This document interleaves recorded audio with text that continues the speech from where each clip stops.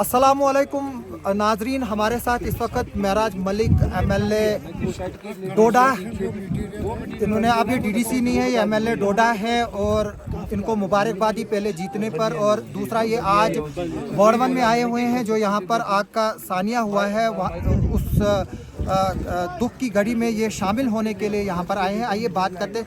महराज साहब, आप यहाँ पर आए तो क्या देखा आपने और आपको क्या लगता है कि आगे गवर्नमेंट को क्या करने की ज़रूरत है, क्योंकि अब 4 तारीख को जो है वो असेंबली का पहला सेशन भी शुरू होने वाला है। देखिए, जम्मू कश्मीर में सबसे बड़ा हादसा हुआ है वार्ड 1 के इलाके में, लेकिन अफसोस तो इस बात का हुआ है, मैं पहली बार आया हूँ, इलाका बड़ा खूबसूरत है, कुदरत ने कोई कमी नहीं रखी है इसको बनाने में, लेकिन अफसोस इस बात का है कि सरकारों ने इसे इग्नोर किया है, नज़रअंदाज रखा है, सड़कों की खस्ता हालत है, एजुकेशन से महरूम रखा है और बिजली के निज़ाम से भी कट ऑफ है। और सिर्फ पोल दिखे मुझे, ये मैं जानना चाहता हूँ ये पोल क्यों लगाए गए हैं। 50 किलोमीटर दूर यहाँ से बिजली का निज़ाम है जहाँ से सप्लाई करनी थी, लेकिन पोल लगाए हैं, तार लगाई है। इसका पैसा आवाम के खजाने को लूटने में जो भी लोग हैं उनके खिलाफ कार्रवाई होनी चाहिए। बाकी जो यहाँ पे हादसा हुआ है, मुझे इस बात का बहुत दुख है और खुशी भी है कि लोगों ने बढ़ चढ़ कर हिस्सा लिया। इनकी उम्मीदों से ज़्यादा जो है मेरे रब ने जो है इनको नवाजा है। हो सकता है कुछ कमी पेशी होगी, लेकिन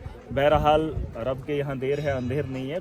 एक वक्त था जब उनकी आंखों में आंसू थे, एक वक्त वो आज भी देख रहे हैं जहां अवाम ने, सरकार ने नहीं बताऊंगा या किसी और ने नहीं, अवाम ने मिलकर जब मुसीबतें आती हैं तो अवाम इकट्ठा होकर उन मुसीबतों को जो है निपटा लेती है। और आज मैं बहुत खुश हूँ कि अवाम के अंदर इतनी यकजहती है, हर तर्ज के लोग यहाँ पर आए, उन्होंने अपने तर्ज से जो है कुछ भी देने की कोशिश की। मैं चाहता हूँ कि कुछ लोग यहाँ पर हैं, किसी ने फटे कपड़े दे दिए, किसी ने कहा था, उसको उतना ही वजूद था, उसने अपने हिसाब से बहुत बड़ा कुछ दिया है। आप इससे नाराज़ नहीं होना। किसी ने चावल दिए, किसी ने 1 किलो दिया, आधा किलो, फटे कपड़े, आप उसे ले लीजिए, अपना लीजिए उन चीज़ों को।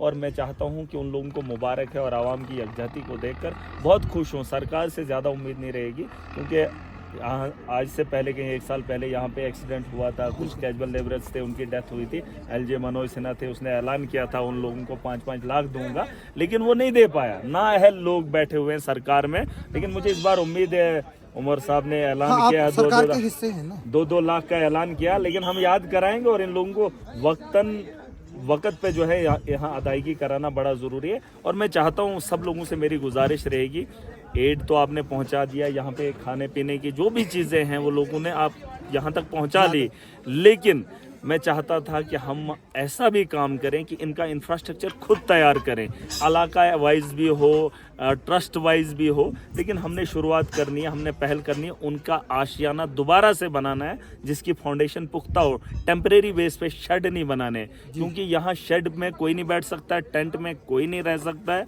क्योंकि सर्दी का मौसम, मैंने कश्मीर से ज़्यादा सर्दी यहाँ पर देखी। बिल्कुल। और कोशिश करिए, जो भी लोग इसमें सोशल वर्क करते हैं या पहल करते हैं, मैं चाहता हूँ कि एक अच्छा इंफ्रास्ट्रक्चर उन्हें बना कर दिया जाना चाहिए।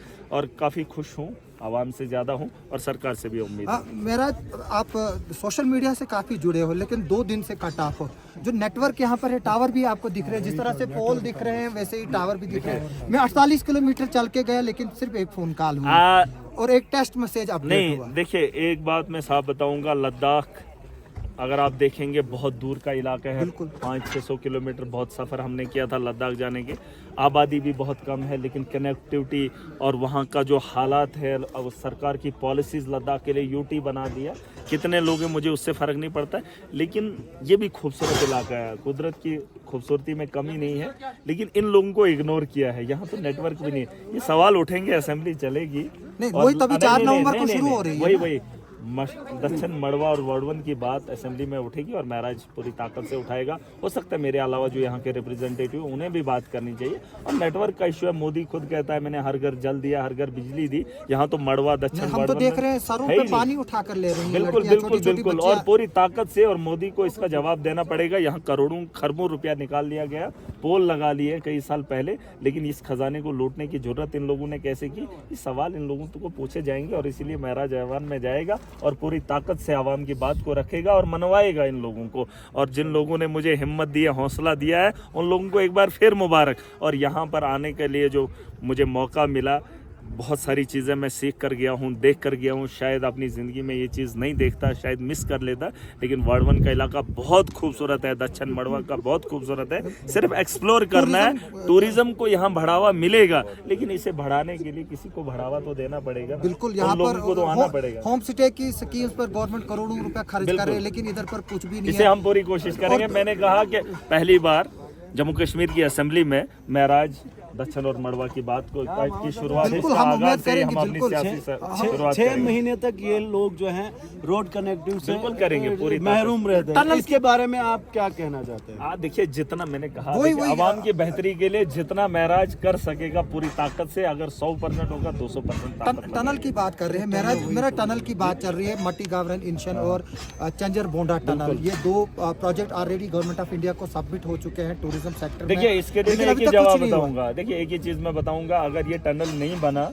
आपको अंदाज़ा नहीं होगा। मैं बात कर रहा था रात को, मैंने पूछा था, लोगों को पूछा था, कहा कि यहाँ से पीछे चाइना है और आधे से ज़्यादा ज़मीन पे कब्जा हो गया है। अगर ये लोग कनेक्टिविटी लोगों को नहीं देंगे, लोग तहफ़्फ़ुज़ नहीं कर पाएंगे। अगर चाइना पहुँच भी गया तो किसको बताएंगे कि चाइना ने यहाँ कब्जा कर लिया।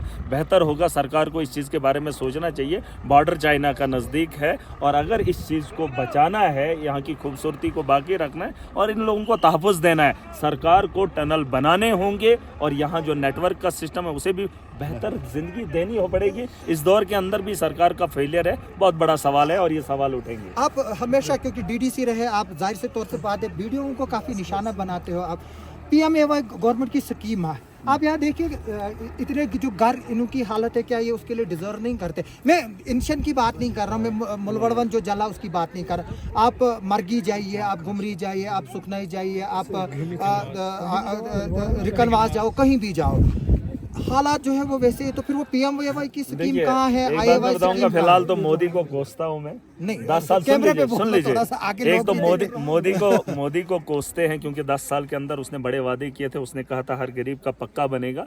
दक्षिण और वाड़वन, ये वाड़वन के इलाके में होकर आया हूँ, कोई पक्का नहीं दिखा, किसी के घर के बिजली नहीं देखी, बस तारें लगी हैं, पोल लगे हैं। ये सुनील शर्मा से भी सवाल होंगे और जो भाजपा के जितने भी लोग हैं, जिन लोगों ने बदतमीज कहेंगे ना, जिन लोगों ने भी ये काम किए हैं, उनको ये आप सवाल जब पूछोगे सुनील शर्मा जी से, आप तो बदतमीज हो ना। इनके बोलने से नहीं, मुझे सर्टिफिकेट मिला है, सर्टिफाइड आदमियों में, है ना। हमें ठप्पा लग गया है, महराज ईमानदार है, महराज बेबाक है, महराज बदतमीज नहीं है। उसका सर्टिफिकेट असेंबली के लिए चले गया। इनके बताने से महराज को अब कोई नहीं बोलेगा महराज बदतमीज है। हर आदमी जानना चाहेगा, जो लोग कहेंगे कि फिर ये असेंबली में क्यों है।